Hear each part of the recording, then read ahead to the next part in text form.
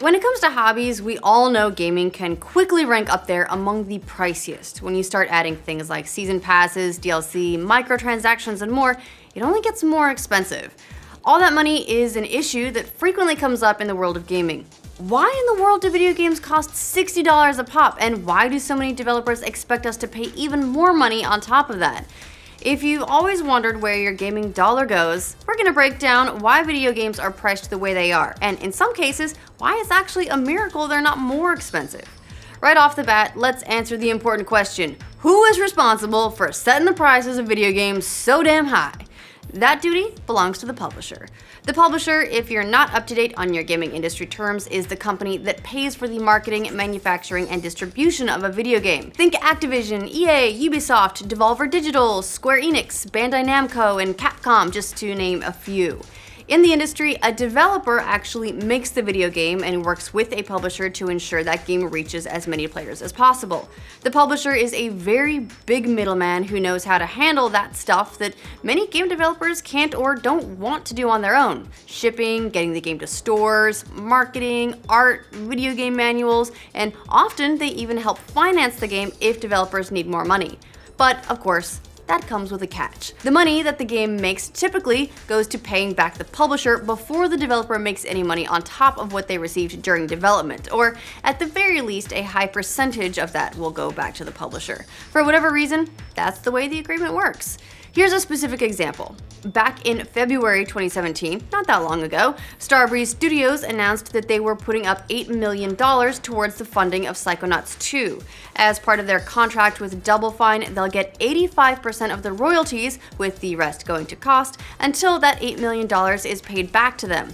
After that happens, the royalties drop to 60%, with Double Fine getting 25%. But of course, there are some variations to this model. In some cases, the developer and publisher are part of the same company. EA, Ubisoft, Nintendo, and Activision are all massive publishers who fund their own game development. And in other cases, the developer chooses to publish the game themselves, but that also means they're paying for everything themselves too, and that can get expensive.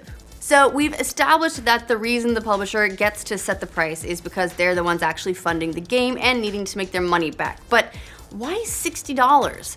That question is a little bit more complicated to answer. The easy answer is because of all the different ways that $60 needs to split in order for everyone to make money. It's not just the publisher who needs to get paid back for their investment and the developer who needs to get paid once that happens. It's also the retailer selling the game, your Targets, GameStops, Best Buys, Walmarts, wherever else it is that people buy games these days. And on top of that, there are additional costs to selling a game. Marketing, for instance, which is even more money a publisher has to spend after the initial cost of making the game. It's typical in the industry for marketing budgets to easily double or even triple the original development budget. A $25 million game budget means $50 million in marketing, making for a total investment of $75 million. It's a very competitive market, which is why they spend so much marketing money to attract buyers. So the financial stakes we're talking about here are extremely high, and as a result, turns video gaming into a high-risk industry. Those aren't the only costs either, because the platform holders also need to get paid for the game's release. So some of the money splits off to Microsoft, Sony, Nintendo, or Valve, or all of them, so the game can exist on their ecosystems. So that's a whole lot of places for the $60 to go. The New York Times estimates that for every $60 video game sale, roughly $27, or nearly half, goes right back to the publisher. $15 goes to the retailer actually selling the game, $7 goes to pay for the copies of the game that are printed but never find their way to a consumer, another $7 goes to the platform itself, like Xbox, and the remaining $4 goes to other costs, like distribution, because games don't travel and print for free. Unless they're digital. Just about the only link in the chain that might have a little bit of wiggle room is the actual retailer, or at least it might seem that way on the surface. So why don't retailers just lower prices on their own to offer games cheaper and bring more people to their stores? Well, because there's almost no upside to it for them. But also, mostly because, at least in the US, and this does vary from country to country, it's illegal. All the way back in 1911, the Supreme Court ruled that a company that makes a product can dictate a minimum retail price for that product. What's more, retailers can't conspire to lower the price all at the same time without the manufacturer's permission, or they'll be in some deep legal shit. So publishers get to choose the price, and GameStop, for example, can't choose to offer it for, say, $55 instead of $60 just to get you through the door to their store as opposed to another store. Even sales typically require approval from publishers. There are some exceptions, like giving games away for free as a bonus for buying something else, that sort of thing, but that's the general rule. Which makes sense. If you're the one selling your goods, you don't want Walmart deciding it's not worth what you're asking for and then undercutting you so bad you don't make any money back. Okay, so we've established where the money goes, but why does a publisher need to make almost $30 from every $60 sale? A lot of that has to do with the ridiculous cost of making games, plus the other investments we've already mentioned. In general, modern AAA games range anywhere from $50 million to $200 million on the very top end. The recently released Horizon Zero Dawn had a budget between $45 and $47 million, for instance, while Bungie's Destiny cost somewhere in the neighborhood of $150 million. If you're wondering why games cost so much just to make, because that's a lot of millions, the formula breaks down to people, then hardware, then office space, multiplied by time. The average game developer makes around $83,000 per year. That comes out to about $7,000 per month.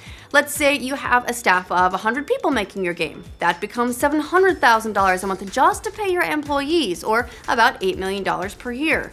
Some staffs for AAA games go as high as 200 to 300 people during some portion of their game development time. So that $8 million could easily become $16 million or $24 million, depending on the size of that team. Obviously, this is all just ballpark and actual costs vary, but this will give you a picture. So if your game costs 2 to 3 years to make, which is right around the average time spent on a game, that means you're spending anywhere from $16 million for a smaller staff making a game quickly, up to $72 million if you've got a bigger staff taking 3 years. That gets even bigger if your game takes longer or if you need more people.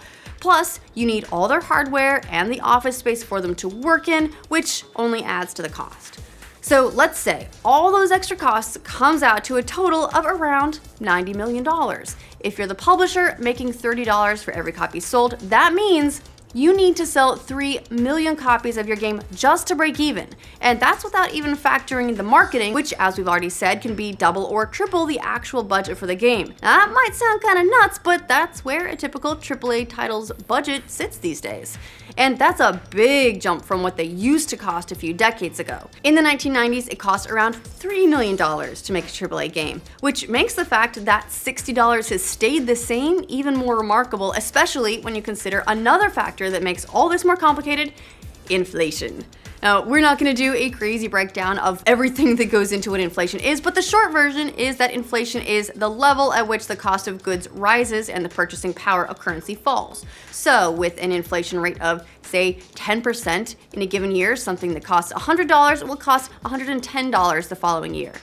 While everything else in this world has gotten a lot more expensive, just look at the price of gas, video games have had a hard ceiling placed at a $60 price point for over a decade. $60 became the norm with the Xbox 360 and PS3, although Nintendo had started pricing some games at $60 during the SNES and Nintendo 64 era, thanks largely to the cost of cartridges. But either way, they've maintained a pretty similar price point for a long time, and that's actually really unique in the world of consumer goods, because prices on just about everything have increased since the 1990s, while video games have held steady in that $50 to $60 range.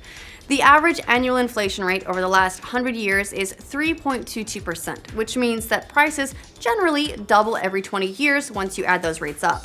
A fast food cheeseburger that was 64 cents in 1985 now runs somewhere around $1.74. Since 1990, we've seen a 90.6% cumulative inflation rate. That means an NES game that cost $50 in 1990 would cost around $95 by today's standards. If we're talking $60, which became more common in the late 90s on into the early aughts, that should cost $114 thanks to inflation. If If you factor by the inflation rate since the mid-2000s, that's closer to 80. For whatever reason, publishers found $60 to be the price that proved to be the tipping point for gamers, and kept this $60 the same despite budgets ballooning and market inflation. The publishers have to make that money back somehow. After all, a $60 game should cost around $30 to $40 more in the context of other consumer goods. Enter season passes and DLC. On average, the post-release content the publishers put out for games tends to fall into that $30 to $40 zone. When you add up the cost of season passes and DLC to the price of a full release, it actually comes out to right around $80 to $100, which brings it more in line with what the price should actually be because of inflation.